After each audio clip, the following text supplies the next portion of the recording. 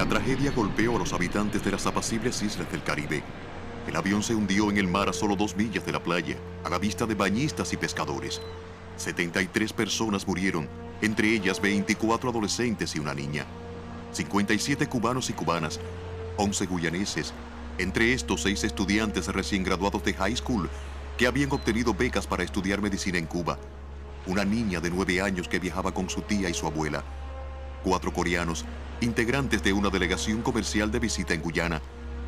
Entre los muertos, 2 tripulaciones de la aerolínea comercial cubana de aviación, 4 técnicos de la pesca y una delegación deportiva integrada por 16 esgrimistas del equipo juvenil cubano que regresaban a casa con todas las medallas de oro disputadas en el Campeonato Centroamericano y las esperanzas fundadas del sueño olímpico. Los entrenadores de espada, florete y sable, el armero y 4 federativos, entre estos, el presidente de la Confederación Centroamericana de Esgrima. Antes del 6 de octubre de 1976, el terrorismo era una palabra casi desconocida para el Caribe, excepto para la mayor de sus islas, Cuba. Desde que estalló la primera bomba hasta que impactó en el agua, transcurrieron 4 minutos y 50 segundos. Espacio de tiempo aparentemente corto, pero no para las personas que viajaban a bordo, aterrados, quemándose vivas, los más afortunados asfixiados por la combustión de un humo letal. Los pocos cuerpos que emergieron estaban muy afectados. Tuvimos que identificarlos con técnicas forenses, excepto el de una niña. Su cuerpo estaba completo, algo que me impresionó mucho. Una niña. Luego supe que era guyanesa y que tenía apenas 9 años. Su cuerpo fue el único que emergió casi completo, como un dedo acusador. El análisis criminalístico de los restos de la aeronave recuperados, el examen forense de los cuerpos que salieron a la superficie al partirse en 2 grandes pedazos el avión y la detención al día siguiente de la tragedia de 2 sospechosos dispararon una investigación que involucraría a 5 naciones en el acto de terrorismo más grande ocurrido en el Caribe.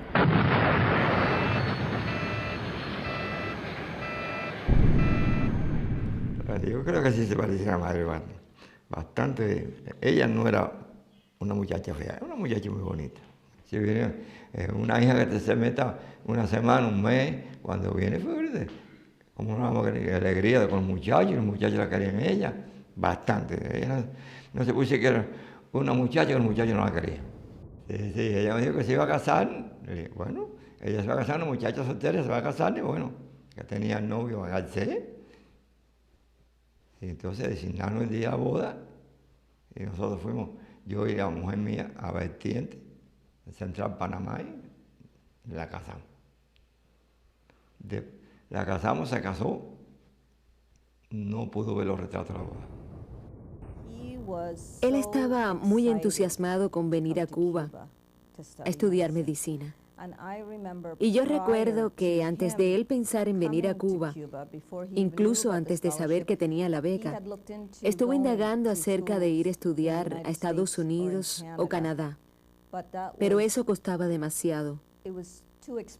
No había ninguna forma en que mis padres pudieran pagar esa cantidad de dinero, viviendo en Guyana en esa época. A pesar de que mi padre, en comparación con otros guyaneses, tenía una buena posición porque era director de un colegio. Y cuando se le presentó esta oportunidad de estudiar medicina con una beca, encontró su respuesta para hacer realidad el sueño de ser médico. Mi papá comienza desde antes del triunfo de la revolución a trabajar en el mercado único en una tarima de pescado. Preparando pescado, cortando cabeza, cola, limpiándolo, sobre el año 61, 62, que pasa a trabajar a la tarima, allá a la terminal pesquera de Regla, como obrero de la producción.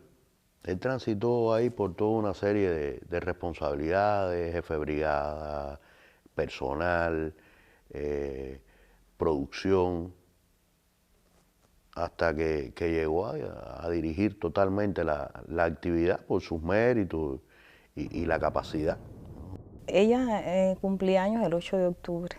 Precisamente por eso Tomás cambia el vuelo a última hora, porque él no le tocaba el vuelo a Barbados. Se casaron y fueron un matrimonio muy feliz y muy enamorados. quizás la vida que llevaban también, que no siempre volaban juntos.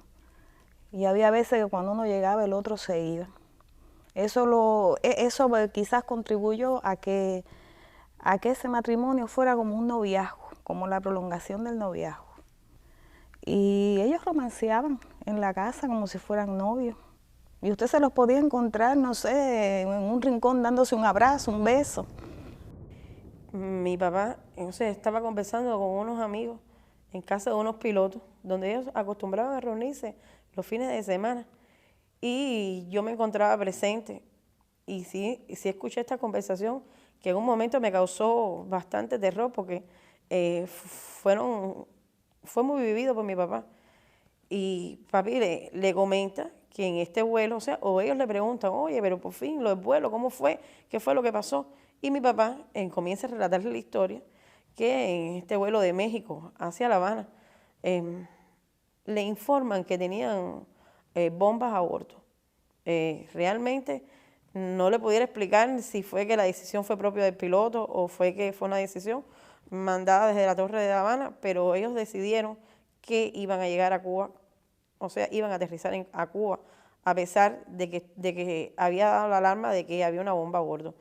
Y mi papá le dice, lo más impactante que hubo entre nosotros fue que en aquel momento decidimos hacer una despedida, puesto que no sabíamos realmente lo que iba a suceder en el avión. Y nos reunimos en la cabina del avión, abrimos una botella, hicimos un brindis de despedida. Dice que solamente hubo una hermosa que lloró mucho, que en llanto, que hubo que consolarlo un poco, y que bueno, que ellos decidieron no transmitirle esa angustia a los pasajeros del vuelo. Y cuando aterrizaron, habían ambulancias, habían carros de bomberos, esperando a que ese vuelo aterrizara. Pero bueno, lo impactante para mí sí fue oír de qué manera tan fría ellos tomaron aquella decisión, como que despedirse, como que de alguna forma u otra acompañarse todos. Aunque mi papá era de un temperamento muy, a ver cómo le puedo decir, algo frío o muy pausado. Pocas horas después de la tragedia, las autoridades de la Aeronáutica Civil de Cuba y peritos en desastres aéreos se dieron a la tarea de reconstruir los últimos minutos del vuelo 455 para determinar qué había ocasionado la caída del avión, si se trataba de una falla técnica, un error del piloto o una acción terrorista. El 6 de octubre de 1976 llegó al aeropuerto Sewell de Barbados, procedente de Guyana y de Trinidad y Tobago, un DC-8 de la aerolínea cubana de aviación que efectuaba el vuelo CU-455. Eran las 11:21 hora local. Entre los pasajeros que concluyeron viaje, uno portaba pasaporte falso. En compañía de otro había abordado el vuelo 455 en el aeropuerto Piarco de Trinidad y Tobago, y ahora, 25 minutos después, descendían. A pesar de la corta travesía, el que viajaba con pasaporte falso había provocado una discusión con varios de los jóvenes atletas, alegando que interrumpían el paso y eran demasiado bulliciosos. Unos minutos después, ya en pleno vuelo, quedó trabado en uno de los baños traseros, llamando la atención de los pasajeros más cercanos por los gritos de auxilio. La puerta finalmente cedió sin dificultad al primer intento del tripulante que acudió en su auxilio. En la cabina económica, donde se agrupaban los pasajeros que continuaban viaje hacia La Habana, reinaba un ambiente de alegría. Eran gente joven, muy jóvenes. 6 estudiantes guyaneses soñaban con el día en que recibirían sus diplomas de médicos. La noche anterior de llevarlo al aeropuerto para irse para Cuba, mis padres dieron una gran fiesta. Yo recuerdo que vinieron unas 80 personas para despedirse de Raymond. Y teníamos un patio muy grande donde yo crecí, pero no había suficientes asientos, y entonces mi padre fue a buscarlos a la iglesia y todos trajimos sillas para acomodar a la gente que vino a la fiesta. La fiesta duró toda la madrugada con mucha música y mucha alegría. Y todos estábamos muy contentos porque Raymond iba a realizar su sueño. 16 atletas, integrantes del equipo juvenil de esgrima de Cuba, estaban ansiosos por regresar a casa y mostrar a familiares y amigos las medallas de oro que habían ganado. Soñaban con el oro olímpico.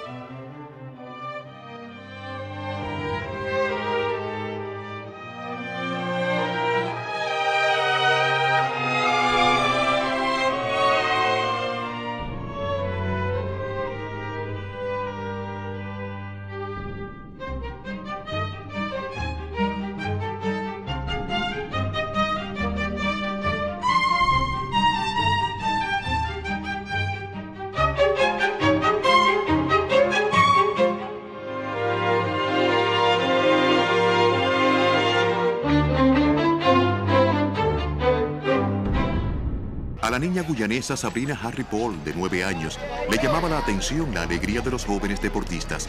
Ella viajaba junto a su tía y su abuela. Habían subido a bordo en el aeropuerto Thimer, en Guyana, donde semanalmente este vuelo de Cubana de Aviación iniciaba el retorno a la isla y descenderían en Kingston, Jamaica, última escala antes de su destino final, La Habana. Otros 15 tripulantes de la línea aérea cubana viajaban como pasajeros. Se trataba de una tripulación de cambio, un controlador de vuelo y 2 gerentes de Cubana de Aviación en el área del Caribe. 4 funcionarios de la flota cubana de pesca cerraban la lista de pasajeros, entre ellos el matrimonio de Elsa Coto y Alberto Abreu.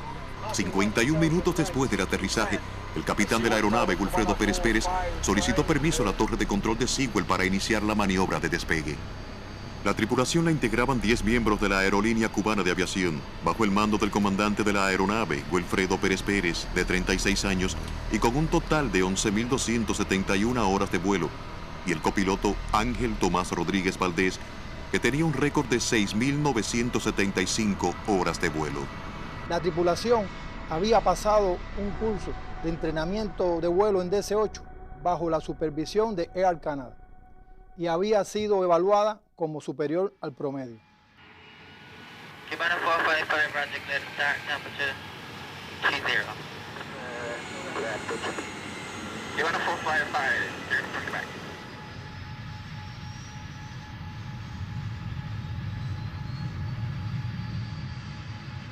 El empuje, así como la puesta en marcha, se efectuó sin dificultad.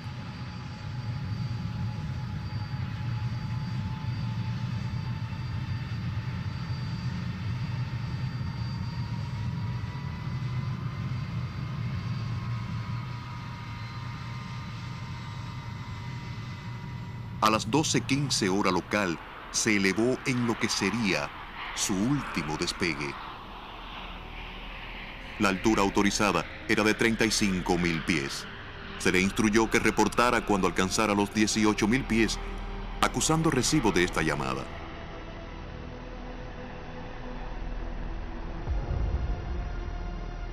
Durante el año 1976, terroristas de origen cubano se venían adjudicando un sinnúmero de acciones violentas contra dependencias de la Mayor de las Antillas, y varios intentos por hacer volar aviones de pasajeros en pleno vuelo habían fracasado.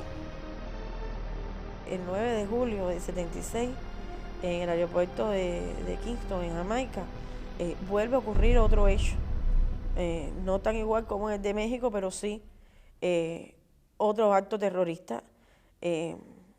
Gracias, podemos decir, a que el vuelo sale retrasado, estallan en el equipaje que iban a ser transportados al avión, estalla la bomba. Y mi papá también venía en este vuelo. Ese día papi llegó a la casa, era por el mediodía, y pienso que tal vez sería un domingo, porque yo sé que yo me encontraba en la casa. Y papi se sentó, como él se sentaba, que se ponía a conversar con mami, que le gustaba que le prepararan un poco de refresco y que le echaran tal vez una línea de ron. Y él se pone a conversar y dice, bueno, me voy a sentar con ustedes porque tengo que pedirle o tengo que decirle que mi vida corre peligro. Ya esta es la segunda vez que me sucede algo importante en tan poco tiempo y creo que voy a morir. Tengo esa sensación de que no me queda mucho tiempo. Nosotros no se lo tomamos como serio. Yo lo oí y mi mamá sencillamente de una manera jocosa le dijo a Espinosa, esto no estamos para juego, mira que te gusta asustarnos. Mi papá le dijo, esto no, es que no te gusta asustarnos, es que realmente la situación está bastante difícil. Y yo realmente volví a pasar por ese momento sin saber y sin comprender todo lo que estaba pasando y todo lo que nos venía o todo lo que nos iba a ocurrir. A las 2:23, al controlador de vuelo en la torre de Sewell le pareció haber escuchado algo anormal, tanto por su tono fuerte y grave como por su brevedad. Una sola palabra que no logró entender procedente de uno de los aviones que tenía en el aire. Algunos de los pilotos habían oprimido el carrier del micrófono y filtrado una palabra que de inmediato se apagó dentro de una cortina de estática. Luego de la tragedia, los expertos pudieron descifrar aquel misterio. Justo en el momento en que el capitán Wilfredo Pérez se dispone a informar el arribo a los 18.000 pies de altura, al abrir la llave del micrófono, sintió como si el avión se despedazara. Entonces exclamó como por instinto, ¡cuidado! Comienza a sonar la bocina debajo de la butaca del ingeniero de vuelo, señal de que la presión en el interior de la aeronave ha descendido súbitamente. El timón vibra y con él todo el avión. El capitán Wilfredo Pérez sabe que es una señal inequívoca de que se ha producido una avería muy grave en el fuselaje. Gira la cabeza y mira hacia el pasillo a través de la puerta que algún tripulante ha abierto. Lo que ve le hiela la sangre. De inmediato informa Sewell. En solo 10 segundos ha logrado percibir la magnitud de la tragedia a bordo del vuelo 455.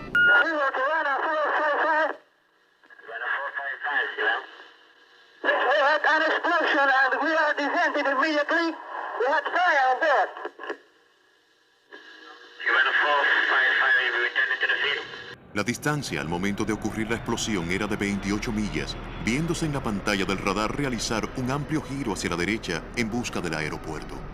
Al surgir la emergencia, los pilotos siguieron los estándares prescritos para estos casos. El humo que los testigos que estaban en la playa vieron salir por la parte trasera del fuselaje, donde están ubicadas las válvulas de salida de aire del sistema de ventilación, corrobora el hecho de que las válvulas de control de presión estaban abiertas y que los compresores estaban conectados, como se establece en el procedimiento para la eliminación del humo. Solo que el humo era superior a la capacidad de expulsión de las válvulas de escape y se fue acumulando en el interior de la aeronave. El humo también es señal de que la explosión ha sido acompañada por fuego, y no siempre una explosión produce un incendio. Si hay algún problema técnico que requiere regresar cuanto antes al aeropuerto, lo lógico es realizar un giro pronunciado y aumentar la velocidad. Pero cuando se produce un daño de la estructura de la aeronave, el piloto no puede realizar este tipo de maniobra. Y de hecho, la velocidad de descenso del Cubana 455 fue inferior a la normal para esa etapa de vuelo. Esto demuestra que la estructura de la aeronave estaba dañada y se corría el peligro de forzar el avión en desintegrarlo en el aire.